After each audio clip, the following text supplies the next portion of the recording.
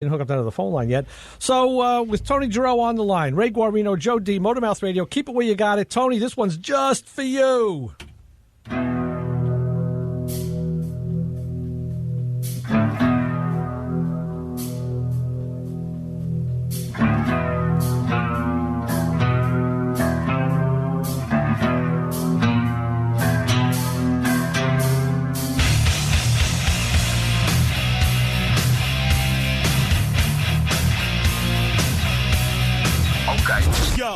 Tell your friends about the Nassau Morning Madhouse.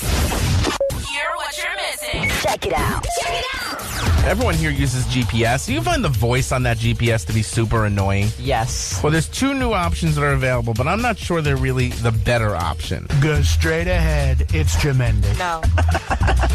Turn right. Okay. If you think that's still annoying, there's another option. You can use your own voice to What? give directions. That's too annoying. I'm out. No, that's the thing. If I'm using a GPS, why would I want to hear myself give myself directions? I don't trust me. Because the voices, you don't trust you. I don't trust myself. Nassau Morning Madhouse. Weekday mornings at 9. Yeah. On the voice of Nassau Community College. 90.3 WHPC. Hey, you in the car? Yeah, you. You're a fan of the music of Sly Stone. I know you are. No reason to hide it. You've probably been looking for a radio program that highlights his music. Well, then look no further. Let me introduce myself. I am DJ Solero. That's Soul followed by air and an O. Solero. Well, never mind about that. Back to what we're both here to talk about. The Sly Stone Show features the music of Sly through the various artists who have covered and sampled his music, and I'll be playing some of the original music that helped impact a generation. Come on, I know you're looking for some feel-good music, so just keep your radio right here for the Sly Stone Show. And you might want to think about cleaning up your car before we start. This thing is nasty. Oh, back to what's important. It's the Sly Stone Show every Friday afternoon at 3 on the voice of Nassau Community College, 90.3 WHPC. All right, thrashing and bashing. We're back. Motormouth Radio, Ray Guarino, Joe D. Joe, I think you just threw out a hip making that last move. Yeah, you got the chiropractic coming. Yeah, and Tony, it's a little early for you to do some headbanging, but I'm sure you're doing it anyway. Yeah, that's all right. That'll help along with the coffee, right? Yeah. Tony, we still got you on the line? You do. There you are. Good. Okay. We put him to sleep with I'll that. make sure you didn't fall off your chair. All right. Oh no, I was too into the music, so I was just rocking out. Excellent. All right. Excellent. Well, Joe brought up an interesting comment on the break that I think we should. I was poking through your website here, which is a really nicely laid out, by the way. And you got a lot of stuff going on here. How I know we just spent a lot of time talking about Chevelles. You know what I mean? But I noticed that like some of the cars, like how do you pick? Like in other words, like Catalinas, Caddies. You know what I mean? That's not usually stuff that you see poking around the local cruise night, let's say, typically, at least in New York. You know what I mean? Right. How do you guys come up with which cars you're going to start selling parts for? How do you? Yeah. What do you that you decided to service? You know what I mean? Well, it's always been kind of a natural progression. Really, it started with the Chevelle. And it grew from there. And then naturally, when you start with the Chevelle, I think you look at other A bodies, and you got to go with the GTO, and Tony, then your Le Mans, your Tempest. And, Tony, I got to interject for a second. I think you just said the beginning of creation. It started with the Chevelle, because the Chevy guys, that's what we always think, right? Started with the Chevelle. Yes. Well, and you are right, Ray. I gotta give you that one. Yeah. Okay. Yeah. So I know where you're going with that. Of course, it started with your 64 GTO. Well, no, but you know what? I actually had a small block Chevy in that GTO back in the day because I needed an engine. I had it, so I threw it. But I'm actually a Chevy guy first, and then I've had a Pontiac for so long. People think of me as a Pontiac, which I am a Pontiac guy too. I'm wearing a Pontiac shirt today, but it's all GM is good. But yeah, I think what Joe is saying is I was curious about that too, and I didn't notice we didn't see Camaros and Firebirds on that list. Is that an omission on the website, or are they there somewhere? We just didn't see them, or is that by design? No, so. The owners of OPGI and Classic Industries are brothers. So Dave and Jeff Leonard. Dave Leonard owns OPGI, and Jeff owns Classic. Classic Industries. Yeah. Okay. Good. Okay. And so there's a division there where we handle the A body. They handle. So we did the Chevelle. They did the Camaro. Oh, okay. They do Firebird, we do GTO. And then you get into, they do Impala, we do the Pontiac full size.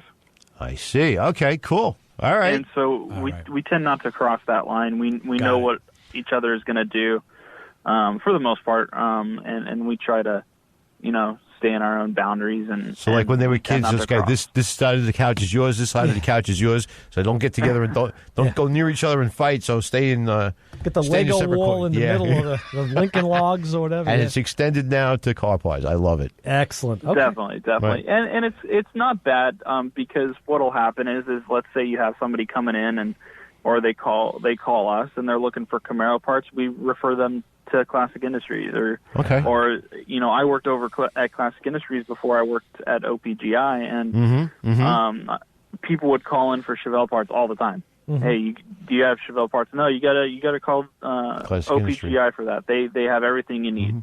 And that's basically how it works. Okay. All right, cool. So the only recommendation I would make would be it was nice if on the website it would just redirect you immediately. Like do an internal redirect, so you don't even have to call. Yeah. But regardless, that would be nice. Now you guys are going to get into the high performance parts, engine, suspension, turbonetics. I know for those Regals, the turbo Regals and all the G bodies. I can't wait for that, man. I just set that up with and it's kind of my child at this point. High performance parts, and I couldn't be happier with it. I really love it. That's kind of where I'm a gearhead. I love dealing with engines and exhaust, suspension, whatever it is. I love dealing with that kind of stuff. Well, you are a sourcing specialist, so that's heavy buggy bumpers. I know that's a great. It's a hard term to say for us guys, but that's a great term. And so, how on OPG on the business end of it, people come in and buy that stuff. You're not stocking all that stuff, are you? A lot of it we do. Okay. Suspension stuff is mostly, and exhaust is mostly what we carry because we get a lot of demand for it. Stuff that fits your specific vehicle. So if you come into us and you need an exhaust for your 70A body, we have it. I'm glad you said that because there's something that I may be looking for. I have a set of headers on my Pontiac now that were vintage 1976 hookers. And you figure they'd be retired by now. You would think. Well, but they were never used, so they still lasted. They had them jet hot coated. But in the Pontiac world, 4-tube headers are kind of like the holy grail. You hardly see them anymore unless you go for real expensive stuff. Pontiac went to 3-tube headers in the 70s because they were easier to install. They Siamese the 2 center exhaust ports. So I have 4-tube hookers on the car, but they hang lower than any of the 3-tube headers I had on the car. And I've flattened out a tube already, living here in New York and going out Joe's way and on the Cross Island and the Clearview and all with some of those dips. So I'm looking for a set of headers that'll fit, preferably 4-tube, that are more of a tighter fit to the floor. Offhand, do you know if you guys carry something like that? Oh yeah, definitely. So if you want to give me a call, Ray, on Monday or something like that, we can get you set up. But definitely, we carry several different brands of headers. So we carry your hookers, obviously, whether they're the competition or the super comps. We carry both of those. And then we carry Doug's headers, Headmans. I'll tell you, the Doug's headers tend to. I just quoted a guy for a set of Doug's headers the other day because he was looking for something exactly what you're looking for, in that they stick up closer to the floor, right? And they're not hanging down so low, and he's not going over a speed bump, hitting headers and flattening tubes. Yep. Yeah. What happens since now my car is a resto mod, it is lower than it was stock, and I think I measured 4 inches between the bottom of the collector and the ground. It was either 4 or 6. It was close. It was tight. Yeah. So okay. So that's so the other stuff though. Like I know you deal with crate engines, which is great, and you're going to have crate Pontiac engines, which is like another holy grail of the industry because people don't speak that language. Yep. And we're Moser, trying to get. Yeah, and then like Moser Rear End. So that you can't be stocking all that stuff, are you? So Moser, here's an interesting point with Moser.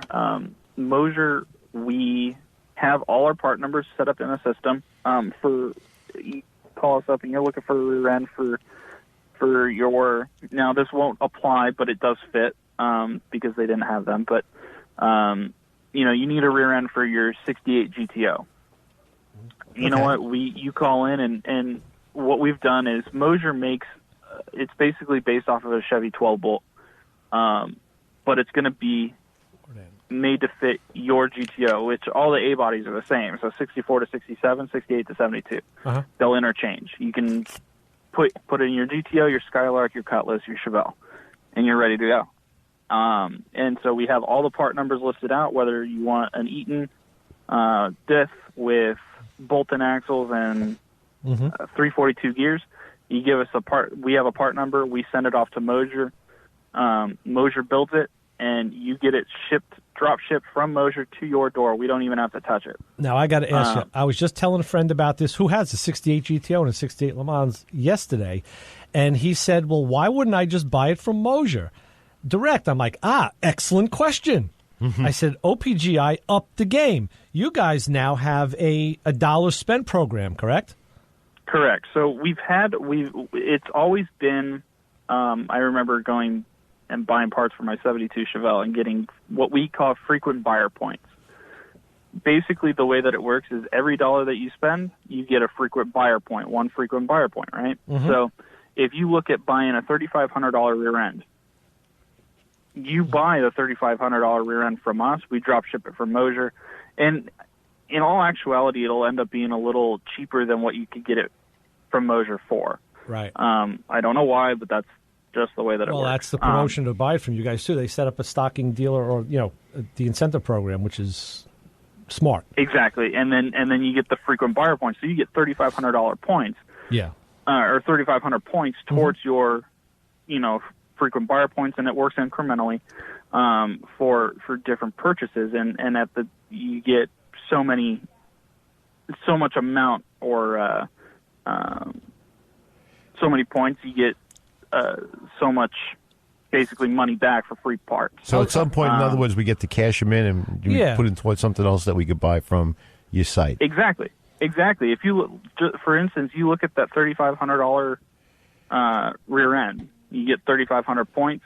At 3,000 points, you get $195 of free parts. Okay, that was going to ask you how that did. Okay. So you get $200 worth of free stuff. If you get up to 12,000, 12,000 points.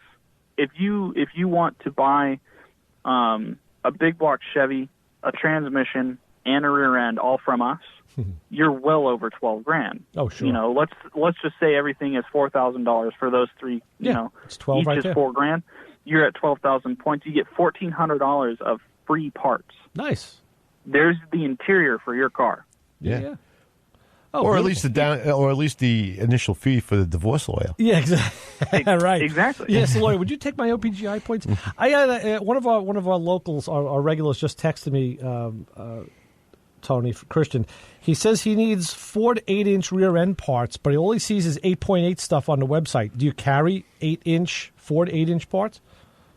We don't do any of the Ford 8-inch or 9-inch. Okay. That may be something that we may get into in the future. I haven't. Again, the way that we set it up for the high performance came on quite fast, actually, and we weren't really expecting it.